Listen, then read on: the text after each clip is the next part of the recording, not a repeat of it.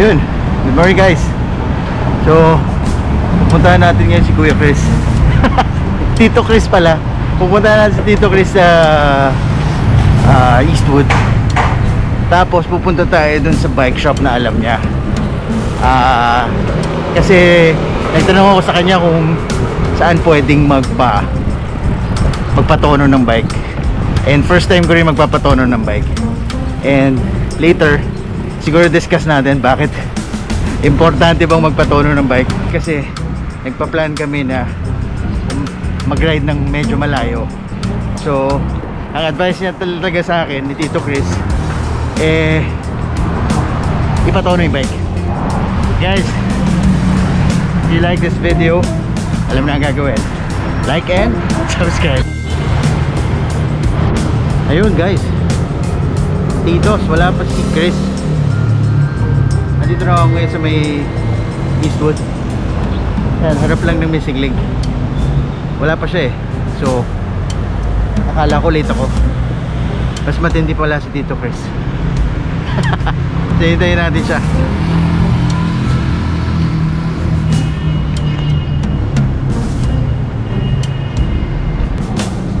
Yun. So nag-appear si Tito Chris.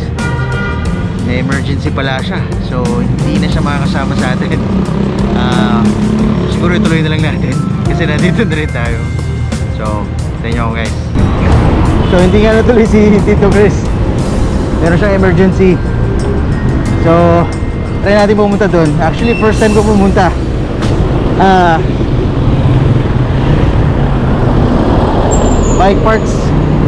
Bike Parts PH daw. So we'll see kung saan yun. Sa Mulong, ano raw eh, along Sumulong Highway.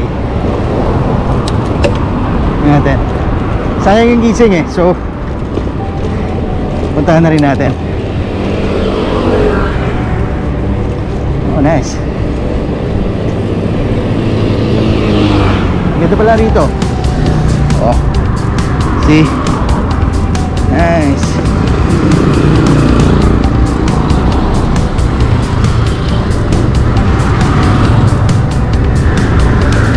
Oh, dami natin kasabay. Ayun, scooter pa. So diretso lang daw to. And then kanan sa... Oops, tigil tayo.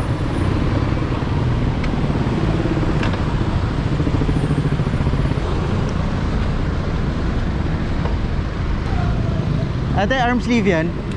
Arm sleeve? Opo. Thank you ah. Nakalimutan ko kasi. Dulo yan. Ayan. Okay. Ayun. Pasok ko yung kamay ko dito. Ayun. Okay. Buti nadaan na kita. Thank you, sir. Okay na. Thank you. Tayo. Protection sa balat. Kasi parang mainit today. Highway pa rin. Nahanap ko yung Sumulong Highway. Kanan. Bandang left side siya eh. Ayun, Bike Parts PH. I think ito yun. Yan. That's it, on the left. So ayun o, Bike Parts PH. Yun, tawid lang tayo. Tapos ito na. Ito, Bike Parts. Ito na. Dami ang tao dito. So tayo lang tayo magbukas. 7:58 na eh. So mga 2 minutes siguro magbubukas na yan. So hintayin lang tayo guys.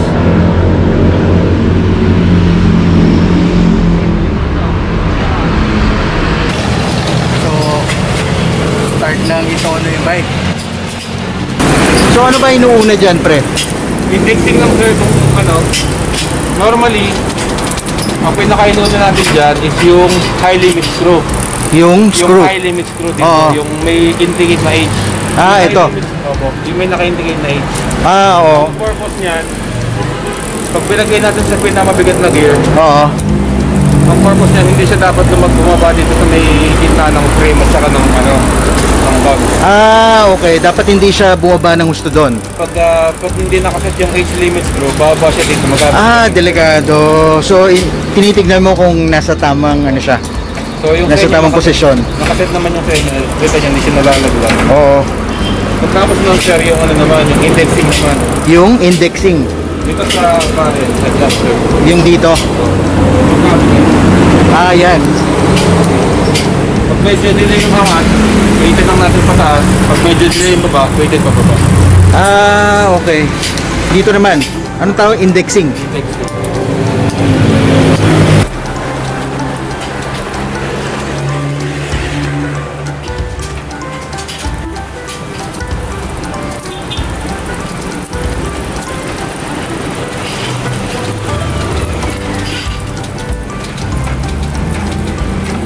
Yun pala, iniisa-isa, no? L limit screw. Yung L limit naman, yun yung titignan natin. Ang purpose naman nun is para pag nilagay niyo sa malaking plug, hindi siya malaglag dito sa Dulo. likod ng... O, sa likod naman. Yung L naman. Kanina yung H, doon naman sa pinakamaliit. Yun ang purpose nila. Oh. So, yun yung nakasit din tama. Medyo mali lang yung indexing kanina kaya tinama ko na rin. Okay. Kung hindi na siya delay. Yun ka. Pag may delay minsan maingay, no? Ako. O, yun pala yun. Kasi minsan mali nga yung timing ng ano. So, okay na po. Ayos. So, pag mga long rides, ano ba yung mga kailangan kong ingatan pag maglo-long ride? May climb, mag-ship tayo ng halanganin. Makaputod yung padena. Okay. Dapat bago yung climb, mag-ship na tayo. Okay. Para din na-stress yung padena. Kasi karamihan ng change stop, kung nangyayari. Okay. Kung nag-ship ng halanganin. So, pag mali yung shift mo, kunyari pa incline, tapos bigla Bigla ka nag-shift ng ka nag-shift ng maliit to malaki, or malaki to maliit. Maputol yung padena. Oo, So, yun ayun pala. Tapos, kung anong tayo ng inertia, ito tama ng inertia. Tapos yun, yung extra na interior, no? Watch kit sa kanin. Saka mga tools din. Multi-tool, hydration, Okay. saka pera din syempre, ID. Yung sa ko naman, sa brakes okay naman. Okay naman yung brakes, hindi naman siya malalim. Okay, so okay naman. Okay lahat. Overall, okay naman yung brakes. Medyo kailangan ng palit-lapit sa delta bird nyo. Ano? Stock po ba to? Ha? No. Oo, stock. Karaniwan na tayo muna bumibigay. Yung Yung pedal. yung pedals. Kasi ito mga ball bearing lang to eh. So dapat talaga anong mare-recommend mo? Any seal bearing na pedal. Seal bearing. Meron kayo? Sige. So yun, siguro palitan ko na lang. Ano kaya ma-recommend mo? Beginner lang naman po kayo sa mga Exostar, mga Shimano, normally pwede na po yun. Mga Shimano. Sige, hanap ako sa likod. Okay. Or kung ano ma-recommend mo, yun na lang bili ko. Ito yun, miss. May clips, ano? Naka-clips. Wala ba nung regular lang? Na hindi clips? Oo. Kasi hindi ako sanay pa eh. That's the star po. Patingin nga naman eh. Eto. Magkano yung ganito? Magkano to?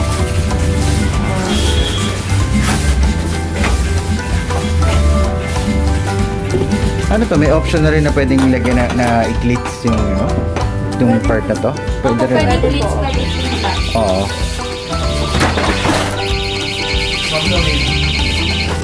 $2,450 yan. Parang mas okay yan. Yan. Parang mas maganda to, miss. Ayun. Magkano to, miss? 2,400. Yan. Kung mas okay to. XU Star. So, yun. Kakabitan namin. Siya pala, hindi ako. So, ito yung luma. Ito yung stock. Ano siya eh? Plastic. Plastic siya.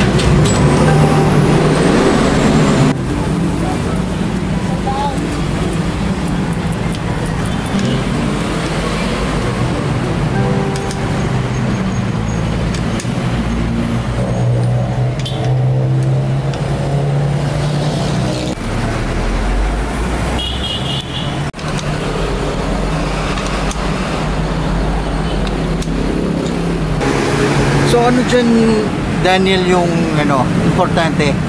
Yung Kasi grasa po. yung grasa. Para hindi Pero siya kasi di ba sabi mo kanina, yung pinalitan natin para hindi siya umaalog. Opo. So ito ba yun? Itong part na yun yung talagang importante? Ito sir, nasa loob po. Itong part Yung na to. nasa loob. Yung mismong axle niya. Yung mismo itong part na to, yung kasi Pinaka-axle niya. oo. Kasi yung sa nauna, ball bearing lang siya. Hindi siya nakasecure. Hindi kagaya na ito na Ball bearing. Ball bearing lang yun. Ito, hindi pa siya Sealed nakaseal. Ito sealed na. So talagang mas okay yung seal bearing. yes po.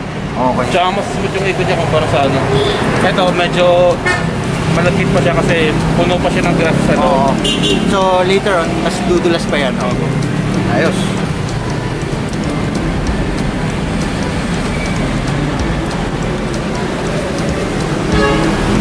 Ayun, kaya pala importante yun. Kasi yung seal bearing, mas secure pag pinapadjak mo siya. Yung mga stock pala, problema ka dahil ball bearing, hindi siya ganun ka-secure kapag pinapadjak mo. And then, yun nga, very slippery eh. Pag konting nabasa siya, madali siyang dumulas yung paa mo. So, medyo delikado kapag nagmamadali kang pumidal. Dahil na pag nasa kalsada.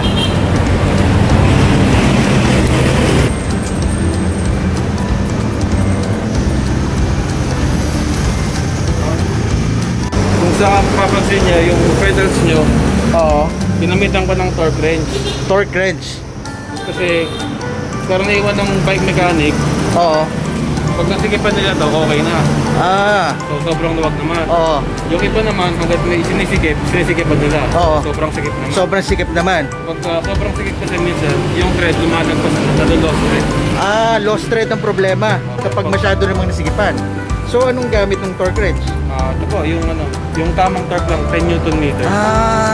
At least yan, may panukat ka. Opo. Kung ganun lang talaga. Ayun pala. So, hindi pala basta-basta sinisikipan yan. Actually sir, lahat ng parts sa ball, sa mga skewers, dapat may torque wrench. Oh. Para hindi ma-stress yung parts natin. Okay, okay. Kasi pag na-stress yan, pwede yung mag-cramp or ma-damage. Ayun. So, yun. Yung importante, yun. Ready na. Ready na pang long ride. So, ready na tayo mag-long ride sa Sabado. Salamat dito kay Daniel. Saka sa Bike Parts PH. Okay dito guys. Mga titos, gusto nyo magpa-tono ng bike. Libre ba? Tono ng bike? Or hindi pala.